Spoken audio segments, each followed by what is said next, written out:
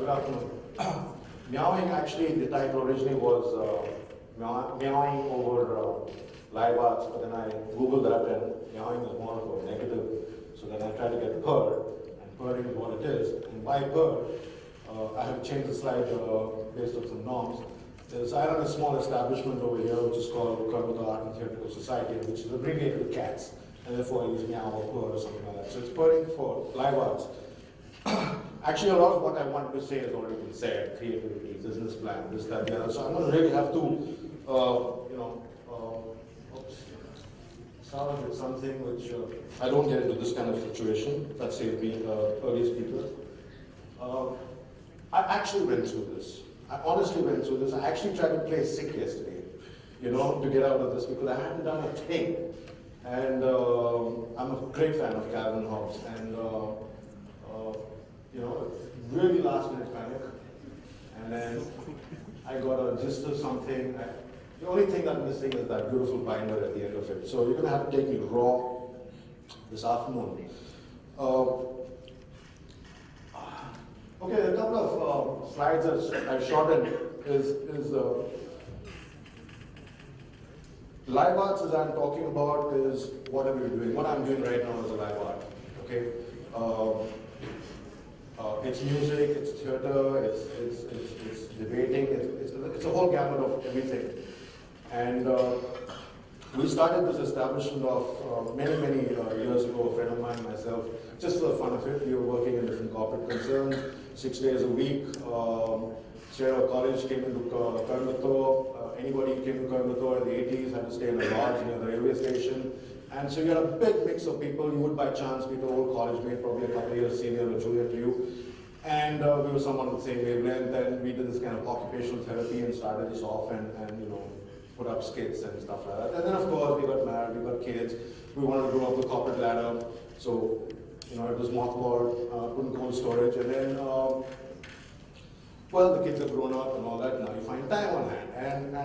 And how it really evolved was I found this distinction, this technology that kicked in so rapid. I still remember making trunk calls back.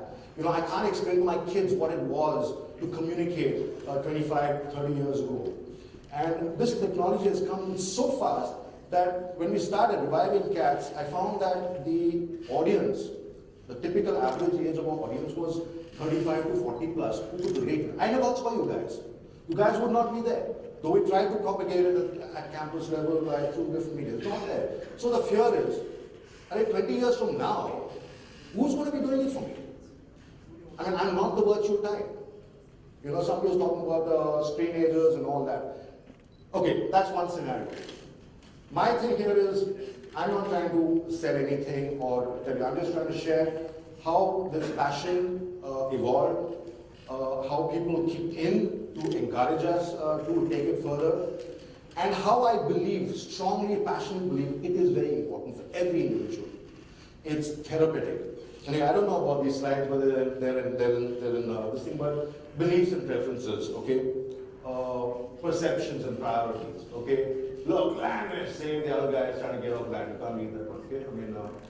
Then the 4 ages of, infancy, childhood, and youth, maturity. Why I put this one is you can look at these slides in different perceptions, but every product has a particular segment that you could sell for. You must realize what your limitations are.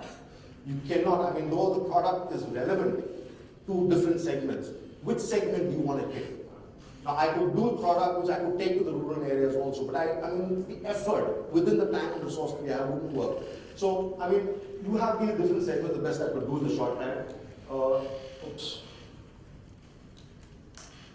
Okay, this is one which kind of, it's the real world, the guy says, I've been here 10 years, I'm going to sing the podcast, that's exactly why you've been here. And what I've put there is, it's a satisfaction for me now working for myself. I'm not saying you don't go in the corporate world, because I went through the corporate world to realize that. It's when you hop off the corporate world, because a lot of the ideas that are coming here, one thing that has not been touched upon, how do you finance it? It's all very well talking about putting in private investors, angel, whatever all these guys are called. The thing was, when I hopped off, I had a little bit in my kidney. in my piggy bank, you know. And since I was entering into a service-related area, there was no assets that I had. It was just your mind, you know, and people you shared it with and evolved. So there is that aspect where you need to realize the so-called corporate world and know how it is, because it's taught me tremendous amount. Taught me to work with people within and outside the country. Okay, so we started. It's been censored by TEDx anyway. So we had to create a company, and we went through a whole process before we came to CATS. Once CATS was formed, how do we access the market that we decided on, the segment? We needed tools for that. So we came out with the tourist brochure. The tourist brochure is basically available at some of the hotels in the airport. We permitted certain corporates, certain restaurants to advertise. We got a little money to make that, to produce that, as well as a little left over. And then we started a literary club, which was funded by the tourist brochure. Now, why was the literary club there? How do I meet you all? How would you know about me or me about you? How would I know what you like? I could say something that I like, but that doesn't necessarily mean that you like it too. So we had to test this thing. We started just a minute, dumb charades, we did debating, we did poetry recitation, storytelling, whatever, and we got direct feedback. Plus, I was able to create, like the gentleman who said, a database. I was able to create a database and make a note of preferences of these individuals. Then we, of course, it's difficult. It's time-consuming to create events constantly. After all, much as I would like this to be my primary source of livelihood, it wasn't at that point of time. So coming out with events constantly was not a possibility. But I had to stay in touch with the people I've met. So we created a small kind of a discussion board. Actually, the literary club is called CAT list. Okay, CAT list. Cats. And this is called Catch Up. So C-A-T, and then Catch Up. So I wish I could have shown you the logos, but anyway.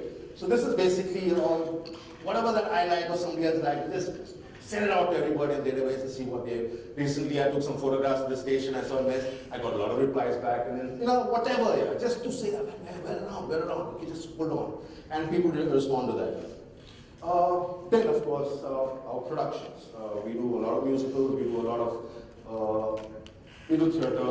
I'm passionate about theatre, and now, of course, what I was starting off with is we are already on the roll of taking live art workshops to campuses for public or also for schools, colleges, and hopefully corporates in time to come. And if I only have to make something out of this.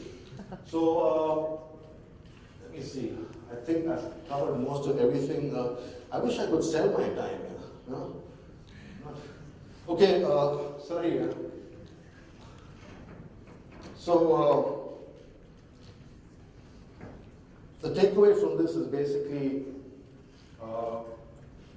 very briefly and quickly I put across it, why it started, how you could also do it.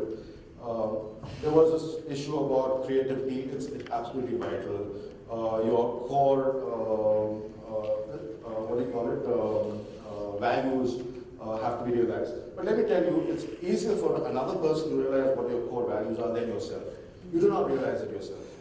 And if you were to realize it, it's at a certain time of maturity, not at your age for sure. You have to really get into the world. You have to toss it out. I keep telling people, you are not in a position to decide what you're going to do after 12. How could you? What have you done in 12? You want to do engineering, you want to do this? No way. There's such a variety of things to do here.